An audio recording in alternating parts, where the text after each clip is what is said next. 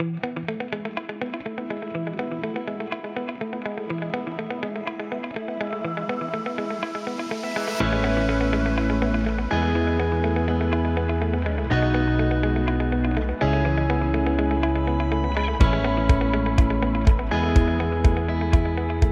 je suis ravie. On va terminer cette édition par un échange avec un grand témoin. Face à l'urgence climatique et aux défis énergétiques, on l'a vu, la sobriété n'est plus une option, mais surtout une nécessité absolue. Et pour y parvenir, une coopération renforcée entre les différents acteurs de l'énergie et de l'environnement devient essentielle. Aujourd'hui, donc, nous allons conclure et nous allons explorer ensemble une collaboration stratégique entre deux secteurs, à première vue qui semblent évoluer sur des trajectoires parallèles, le gaz et l'assainissement. Et pourtant, ils sont confrontés aux mêmes enjeux, décarboner notre énergie, optimiser les ressources disponibles et réduire notre empreinte carbone. On va aller plus loin. On l'accueille tout de suite parce que, voilà, sans plus attendre, Laurence Poirier-Diès, directrice générale de GRDF.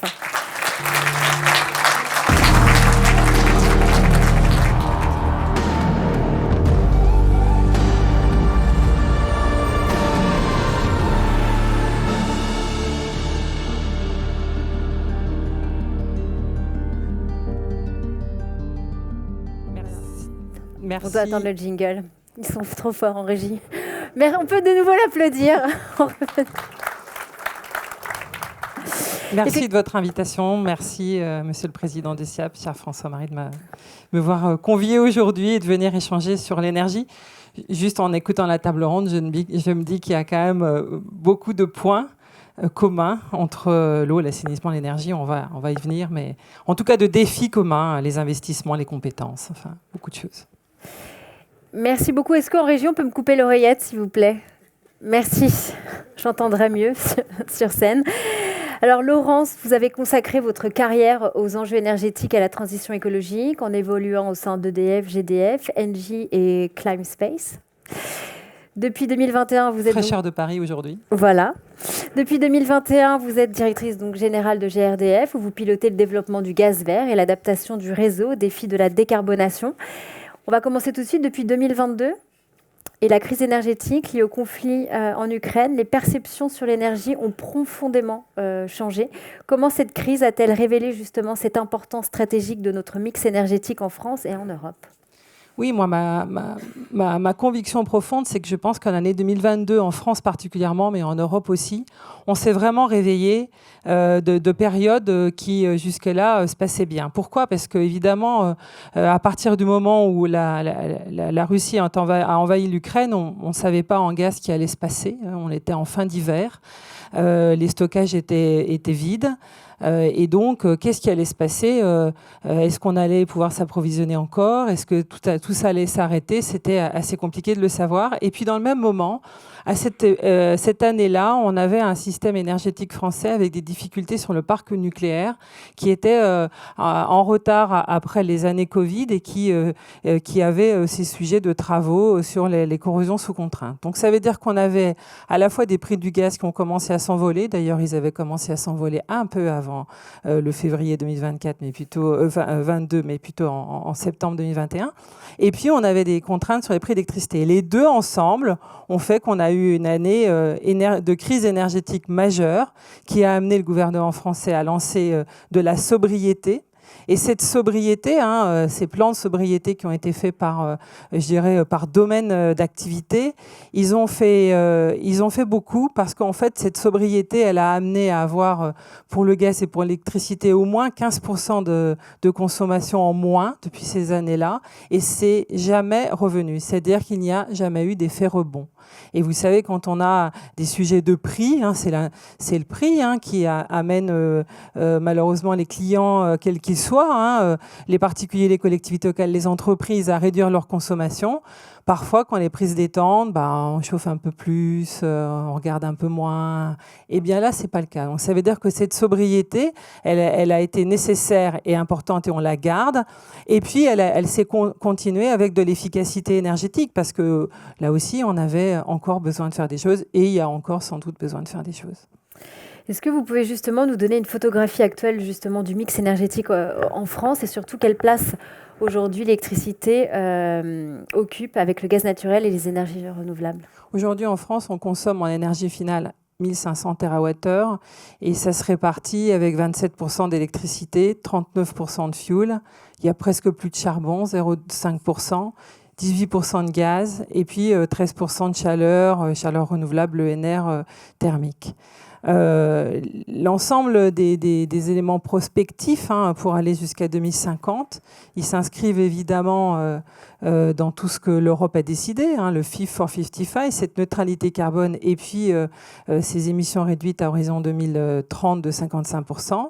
Et donc, elles conduisent à prévoir une électrification massive, donc à doubler la part d'électricité autour de 50%, à sortir des énergies fossiles et puis à maximiser, bien sûr, les ENR et l'ensemble des ENR.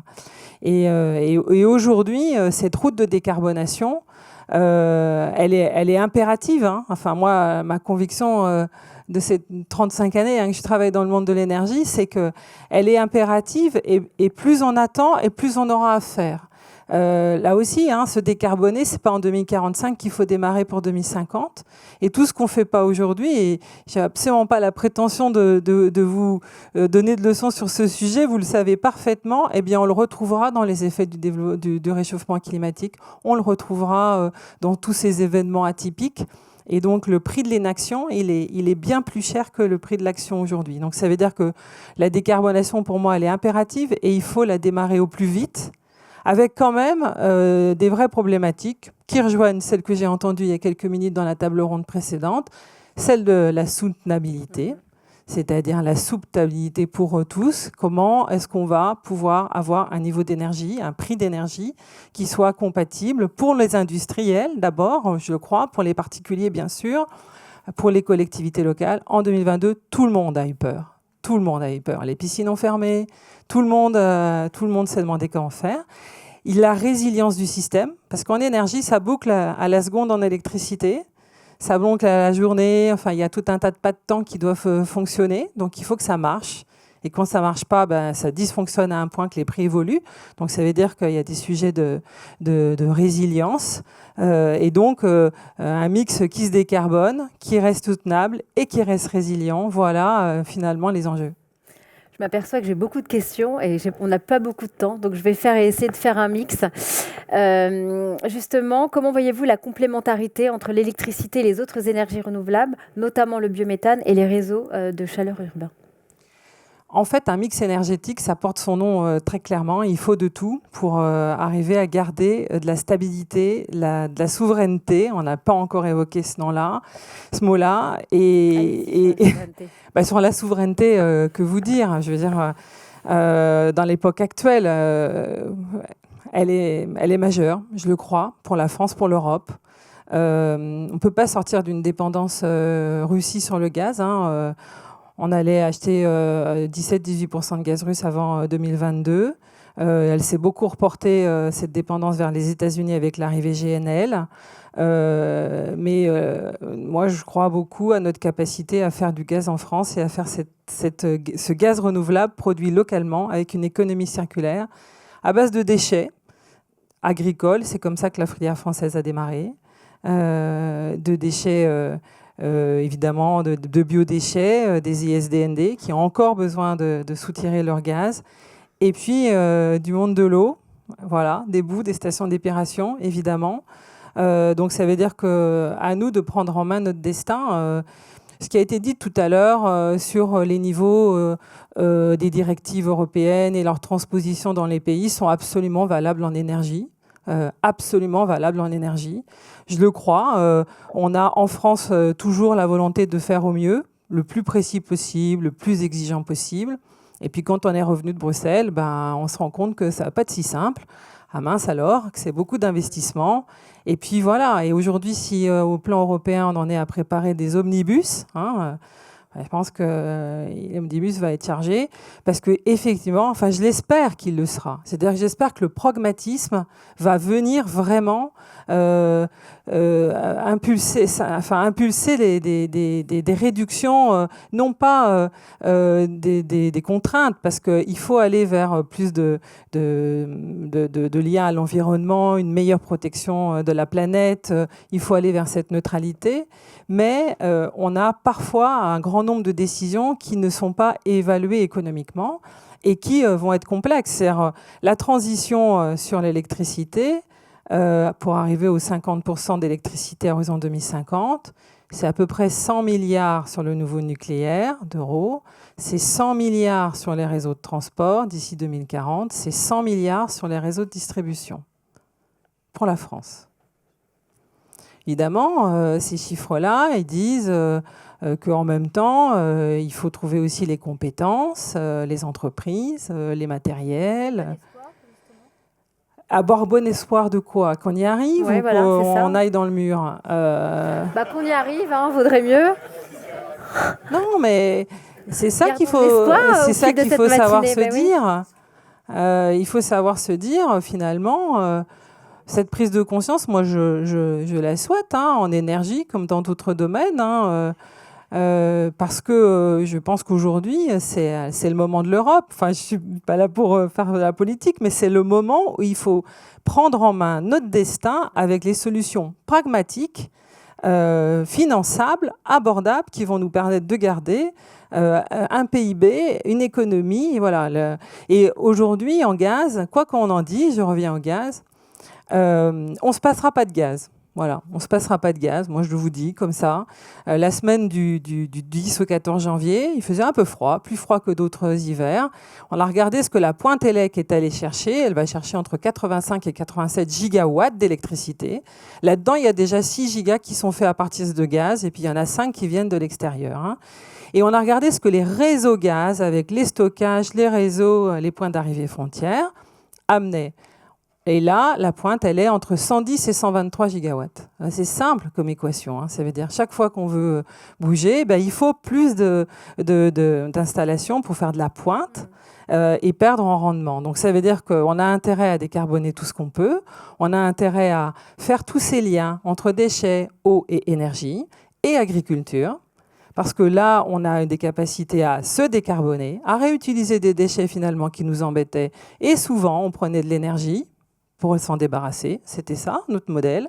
Et oui, mais il faut le revoir, parce qu'il faut le revoir et améliorer finalement les rendements de chacune des solutions. Regarder celles qui sont les plus performantes, celles qui, dans la durée, s'inscrivent le mieux dans cette neutralité carbone, et puis démarrer. Voilà. Et très rapidement, j'aimerais que vous nous partagiez effectivement le succès du développement du biométhane. En plus de 10 ans, il est passé à presque de rien, plus de 14 TWh, soit l'équivalent de 2 EPR. Oui, c'est vrai. C'est une filière que le monde entier nous envie. Parce que c'est le biométhane en injection, c'est-à-dire le reste c'est plutôt du biogaz. Les Allemands ont beaucoup de biogaz, mais qui n'est pas injecté dans les réseaux, donc qui fait de la cogénération électricité. En France, on a démarré une filière de biogaz qui devient biométhane quand on l'a épuré, odorisé. C'est ça la différence entre les deux. Et qu'une fois que c'est odorisé, épuré, ça va dans les réseaux. Et nous, on s'occupe de l'envoyer là où il y a de la consommation. Pourquoi elle a fonctionné, cette filière? Elle est due d'abord à un monde agricole qui avait besoin de digestat. Parce que dans les souverainetés, dans les dépendances, ayez en tête que les engrais chimiques, à 90% pour l'approvisionnement en France, vient de Russie. Donc aujourd'hui, on a une capacité, quand on fait avec un méthaniseur du biométhane, de sortir 3 coproduits. Le premier, le biométhane, je le disais. Le digestat, qui remplace l'engrais chimique et qui fait un retour à la terre. Et puis le dernier, c'est le CO2 biogénique, dont on parle peu, mais qui a pas mal d'avenir. Donc cette production, elle a démarré avec l'agriculture, qui avait envie de digestat pour revenir à la terre. Et puis elle a surtout été possible parce qu'on l'a pu, avec le ministère de l'Énergie, enfin le gouvernement et la Commission de régulation de l'énergie, établir un cadre tarifaire et réglementaire qui le permettait.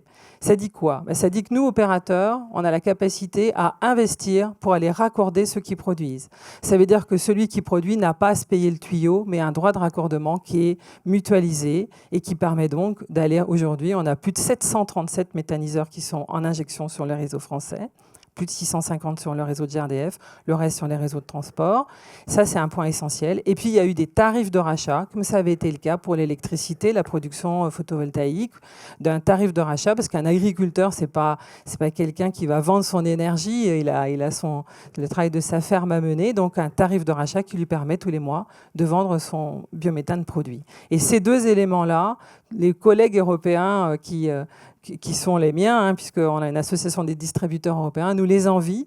D'ailleurs, on aura à la fin du mois à Paris une réunion pour partager cette expérience à la française et permettre dans d'autres pays de le mettre en œuvre. C'est clé, les investissements, les tarifs de rachat. Ensuite, il y a une filière qui s'est créée, des entreprises qui savent évidemment installer. On s'est beaucoup amélioré. Et de notre côté, c'est un changement total, parce que pour nous, distributeurs, qui recevons le gaz plutôt avec, un peu comme dans les réseaux d'eau, finalement, gravitaire avec de la pression, eh bien, on se retrouve à un système inversé, upside down, où on va maintenant reprendre le gaz vert. Et notre sujet, c'est de maximiser l'injection de gaz vert, bien sûr, et donc de permettre de plus en plus de collecter le gaz et de l'envoyer vers les lieux de consommation. Et pour conclure, Laurence, quel serait également votre message pour inviter tous ces acteurs de l'assainissement à venir s'emparer de ce potentiel énergétique et de ces outils industriels afin de valoriser ces injections de gaz dans les réseaux? Moi, je pense que la méthanisation fait partie des process habituels des stations d'épuration. Cette capacité à produire de l'énergie et à l'optimiser d'abord pour vos propres consommations et ensuite en injection, elle est énorme. C'est plusieurs térawattheures sur les grands sites et sur les grandes steppes, mais aussi sur les plus petites, en allant chercher les bouts des stations environnantes, parce que pour beaucoup, c'est souvent à distance que les bouts sont envoyés. Donc ça veut dire qu'il y a des modèles à trouver, et que ça doit permettre de produire évidemment localement, consommer localement, pour faire rouler les bus du ramassage scolaire, pour le ramassage des ordures, pour le chauffage de la piscine, pour le logement social qui est chauffé à 60% au gaz. Donc ça veut dire qu'on a la capacité de faire du gaz vert, souverain, en local, avec des emplois, en traitant des déchets qui, de toute façon, souvent, avant, on utilisait de l'énergie. Donc, on a un vrai modèle à inventer. Et donc, je vous invite à vraiment, et on sera plus qu'heureux de travailler sur ces domaines-là, parce que c'est ce qui est devant nous, et c'est ce qu'il faut faire. Et ce qui peut aussi permettre d'avoir de bonnes connexions entre l'eau, les déchets, l'énergie, j'y crois particulièrement, pour éviter des investissements, pour rentabiliser au mieux des investissements, et aussi pour faire baisser la facture des Français, parce qu'on ne va pas la faire augmenter et pour l'eau, et pour l'électricité, et pour le gaz, et pour tout un tas d'autres commodités qui sont de la vie courante, des premières nécessités. Donc je crois vraiment à énormément d'enjeux communs, parce que c'est les temps longs des infrastructures, d'énergie comme d'assainissement et d'eau. Et donc on a des modèles qui sont très similaires, des façons de penser qui sont très similaires, et qu'on a cet intérêt général qui est vissé au corps, et qui donne la force dans les territoires. Et les solutions des territoires sont celles qui sont les plus faciles à mettre en œuvre, parce que voilà, elles sont sous nos pieds. Donc je suis très positive, même si optimiste, le monde de l'énergie est parfois un peu inquiétant. Je suis aussi très positive par les solutions qu'on peut trouver. Les collaborations. Et les collaborations, bien sûr, qu'on peut avoir. C'est déjà démarré. Il y a 50 stations d'épuration qui aujourd'hui injectent dans les réseaux. Merci infiniment, Laurence. Dont Valentin. Poirier-Dietz. Merci infiniment. Merci beaucoup à vous.